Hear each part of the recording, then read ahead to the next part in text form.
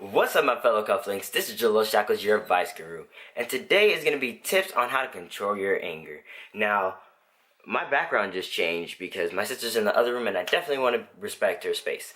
So, without further ado, let's go ahead on with this video. To my new viewers and fellow cufflinks, thank you guys so much for supporting me. Go ahead and like, subscribe, share with everybody. The first thing you want to do is figure out why you're mad. Not necessarily questioning yourself as to whether or not you have the right to be mad, because everybody's entitled to have emotions, to have feelings. But the problem is that we try to put it in this little boxes though it doesn't exist. Now the question isn't whether you should be mad or not. The real question is, how should you handle the situation when you are mad?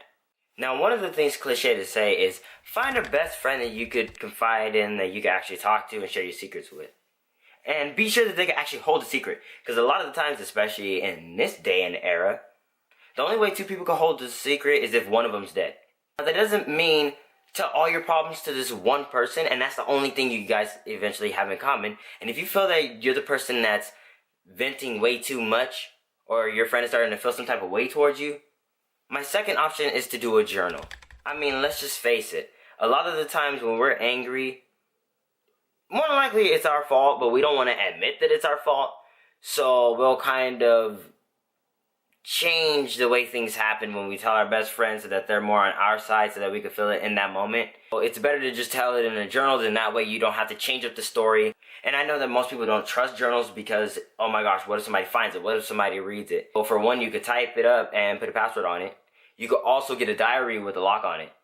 There's other ways that you could go about it, or just burn the thing after you finish writing it.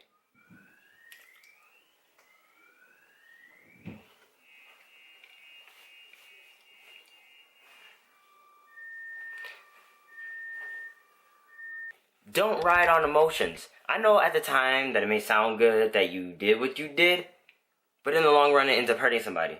For example, I was with my friends, we was all playing Mario Kart. If you don't know nothing about that game, you have issues. Now, we were all playing the game. I had my phone, and I guess I left it at the homie's house. I went home, which was literally right across the way because we live in little townhouses. And when I came back the next morning, I'm like, yo, where's my phone? And then everybody that was there is saying, this person has the phone, that person has the phone, that person has the phone. I accused the wrong person, and let's just say things did not end so well because his family grounded him and just put him through boarding school, literally. Because they thought that he took my phone, and it turns out he didn't take my phone, but the one that was supposed to be my best friend took my phone. And I don't know what's up with best friends, but for me, it hasn't been working out very well. Sometimes you just need to learn to walk away. Sometimes it's not even worth your time. People will get mad for different reasons.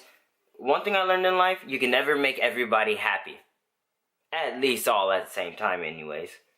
Now, a lot of the times when we are angry, we're putting all our emotion into it, hoping that the person that we're talking to feels the empathy and feels like they could put themselves into our shoes and see from our point of view and perspective.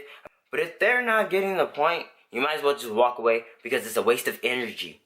When you walk away, it leaves them dumbfounded to where it's like, okay, I want you to explain your story one more time because I actually want to hear the reason as to why you're mad.